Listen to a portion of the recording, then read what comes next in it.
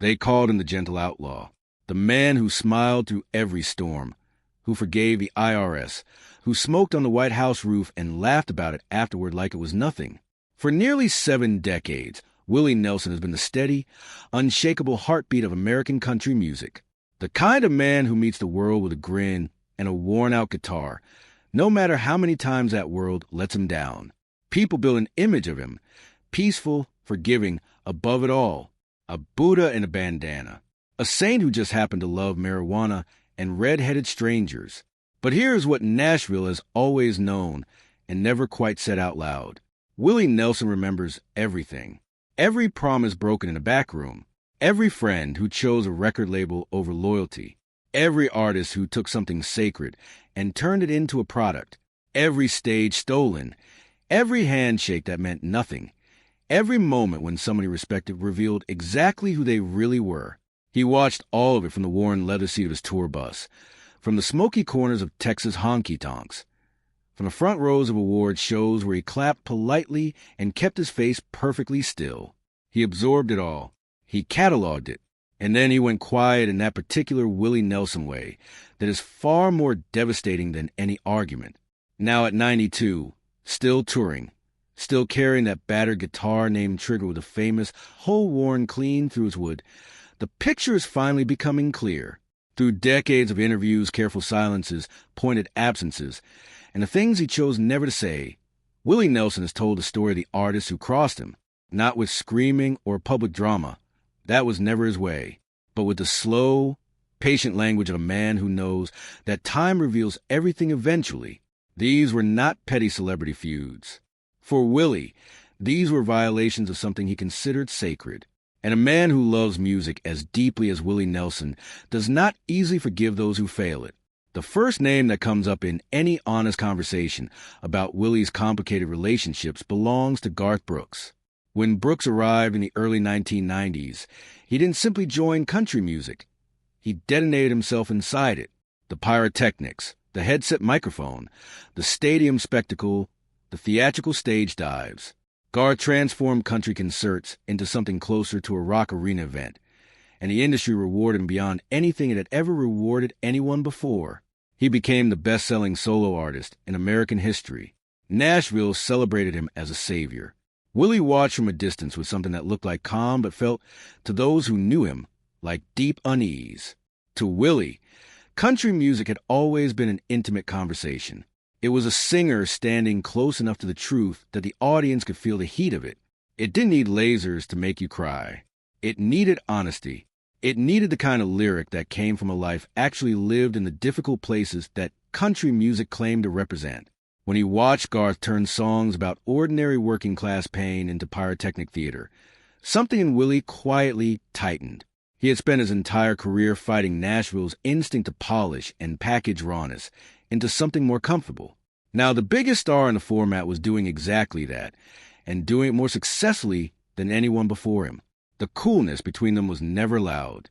Willie declined joint appearances without lengthy explanation. He gave careful, vague answers when Garth's name came up in conversation. He once told a Texas journalist that there's a difference between putting on a show and telling the truth, and let the silence after that sentence do the work. When Garth praised Willie publicly, calling him an original and a legend, Willie received it with the measured warmth of a man acknowledging a compliment from someone he doesn't entirely trust. The slow thaw came eventually, across years and milestone celebrations, until the coldness softened into something closer to mutual acknowledgement. They would never be friends.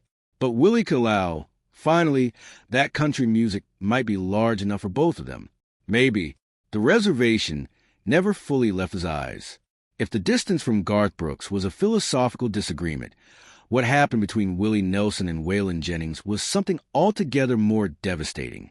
Because Waylon was not a rival. He was the other half of everything. Together they had built the outlaw country movement from the ground up. Two rebels refusing Nashville's polished machine, demanding creative control, singing about real pain without apology or softening. They were brothers in the truest sense that word can carry outside of blood. And then, slowly and terribly, they weren't. Waylon's battles with addiction were severe and well documented, and they changed him in ways that were painful to witness up close. The cocaine and the pills consumed his patience and eventually began eroding his sense of brotherhood.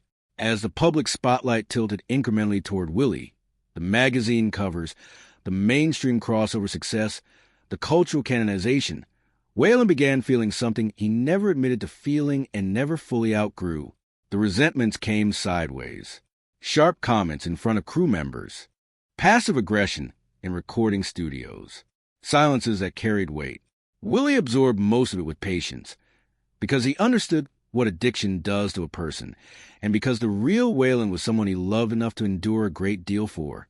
But patience has a flaw, and when someone close enough to call a brother turns a contempt on you, it cuts in ways that a stranger's contempt never could. They kept performing together long after the warmth had drained away, because the music itself still held even when the friendship didn't. Two men could share a stage even when they couldn't share a room. When Waylon died in February 2002, the world expected Willie to make a grand public gesture, a tribute concert, a tearful eulogy, a song performed on a television stage in his honor. What Willie offered instead was simpler and more private.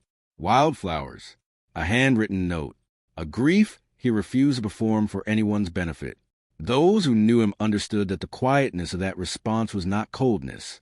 It was the deepest kind of mourning, the kind you feel for someone you fought with and loved simultaneously, someone who's lost leave in absence that nothing else will ever quite fill. Shania Twain never did anything to Willie Nelson personally. She didn't cross him in a back room or say something careless that reached his ears. What she represented at a very specific and critical moment in country music's history was a thing he had spent his life fighting against: the complete surrender of the genre to pop radio ambitions and commercial calculation. When Shania arrived in the mid-1990s with her co-writer and producer, creating an enormous, glossy, impeccably engineered sound, she brought with her a commercial instinct that pulled country music into a pop landscape Willie didn't recognize. The production was massive. The image was carefully constructed. The hooks were undeniable. And by the late 1990s, she was one of the best-selling artists anywhere in the world. Willie's discomfort was never about her talent. He was not a foolish man, and he could hear that she was gifted. It was about what her extraordinary success had done to the format around her. Nashville had always been tempted toward gloss, and Willie had spent decades pushing back against that temptation, insisting that country music's power came from its willingness to be unglamorous, to be honest, to bleed a little. When Shania's approach became the dominant model, when radio programmers and label executives pointed to her numbers and said this is what country should sound like now, something Willie had devoted his life to protecting began to slip away. He couldn't entirely separate the artist from the effect. His coolness toward her was quiet but consistent, visible to those who knew how to read him. Shania has always spoken about Willie with genuine respect and warmth. The distance was always his, rooted not in personal grievance, but in grief for what he felt the music was becoming. With Toby Keith, there was nothing philosophical or indirect about it. This was a genuine and deeply felt conflict about what music should be used for, and Willie Nelson was not subtle about where he stood. Willie had always been political in his own compassionate way, using his platform to support farmers and advocate for causes rooted in human dignity. His politics came from empathy. His songs drew people toward each other across distances of class and geography and heartache. When Toby Keith built his post-September 11th brand around aggressive, chest-thumping patriotism, the kind that celebrated vengeance and wrapped itself in the flag as a commercial strategy, Willie heard something that troubled him profoundly. He didn't hear genuine patriotism. He heard exploitation. He heard the American working class being told that anger and retribution were the most honorable emotions available to them, dressed up in the language of country music to make it feel authentic and earned. To Willie, whose outlaw country had always been about rebellion against power rather than in service of it, Toby's brand felt like a fundamental betrayal of what the guitar was supposed to be for. He distanced himself from lineups where that brand dominated. He answered questions about political country music with words so carefully chosen that they named no one and everyone simultaneously.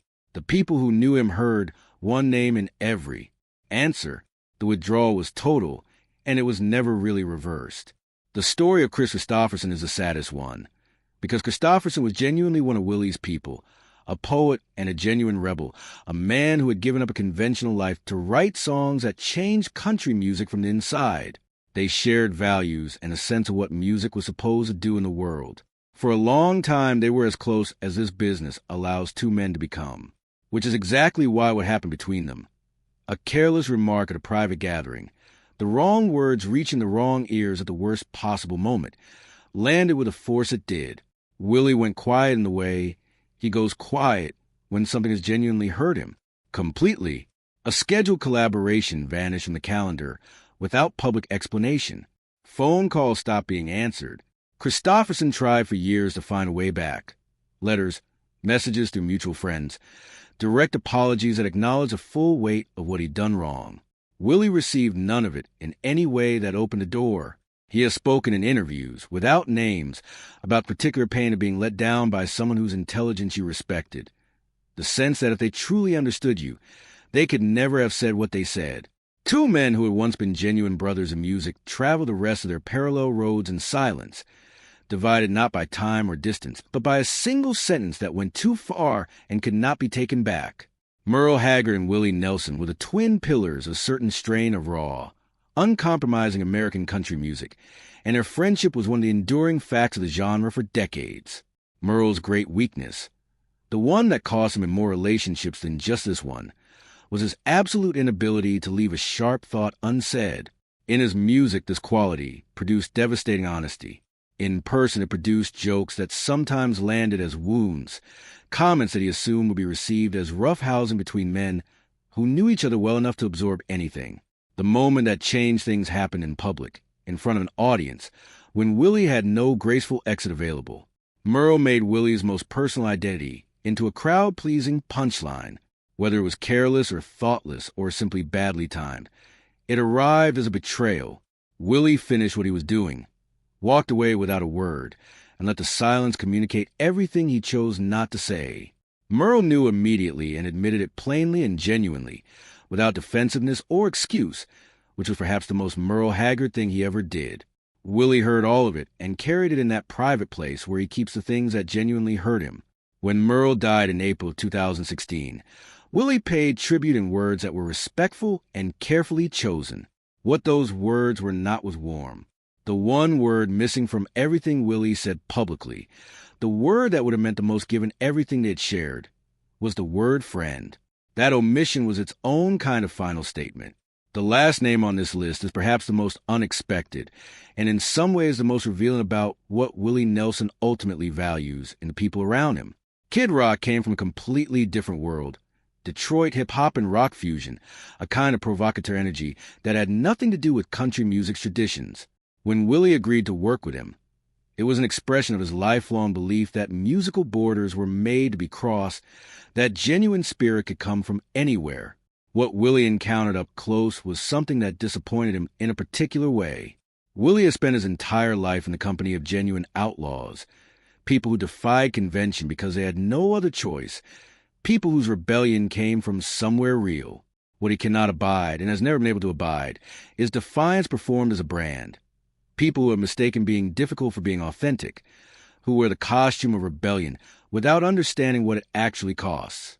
The experience left him with a quiet but firm sense that the alignment had never been real. He finished what he had committed to and put distance between himself and the situation in that efficient, undramatic way of his. He has said very little about it publicly. He didn't need to say much. Those who know how to read Willie Nelson could see it clearly enough in what he chose not to celebrate and not to continue. What connects all of these stories is not bitterness. Willie Nelson is not a bitter man. By almost every account from people who have spent real time with him, he is one of the more genuinely peaceful presences the music business has ever produced. What connects these stories is a thing that has animated his entire life and career, an absolute, bone-deep belief that music is sacred, and that the people who make it owe an honest debt to people who listen to it. Every person on this list, in his eyes, had failed that obligation in some fundamental way. Some commercialized what should have been honest. Some used music as a weapon when it should have been a bridge. Some failed a simpler but no less serious test of personal loyalty and brotherly respect. Willie didn't hate these people in any ordinary sense of the word. He mourned them, He mourned what they had done to the music or what they had done to friendship, and he expressed that mourning the way he expresses most things, in the patient language of absence, in carefully chosen words, in silences long enough to say everything. At 92, still on the road, still playing that battered guitar with the hole worn through it by decades of honest use, Willie Nelson is the last standing proof of what country music once was and what it still could be at its best. He has outlasted his enemies and buried most of his friends. He has forgiven governments, tax collectors, record labels, and fate itself. He has extended grace and directions that surprised everyone who thought they knew him. But some things he holds on to, not out of cruelty and not out of pride, but out of the same love that made those disappointments matter in the first place. Because only a man who cares about something deeply enough can be truly wounded by those who fail it. And Willie Nelson has cared about this music, and about the people who make it honestly, more than he has ever cared about being liked or being easy or being the peaceful saint that the legend requires him to be. Some wounds become part of you. Some silences carry more truth than any song. And some men at 92 have earned the right to finally let the record show exactly what they remember.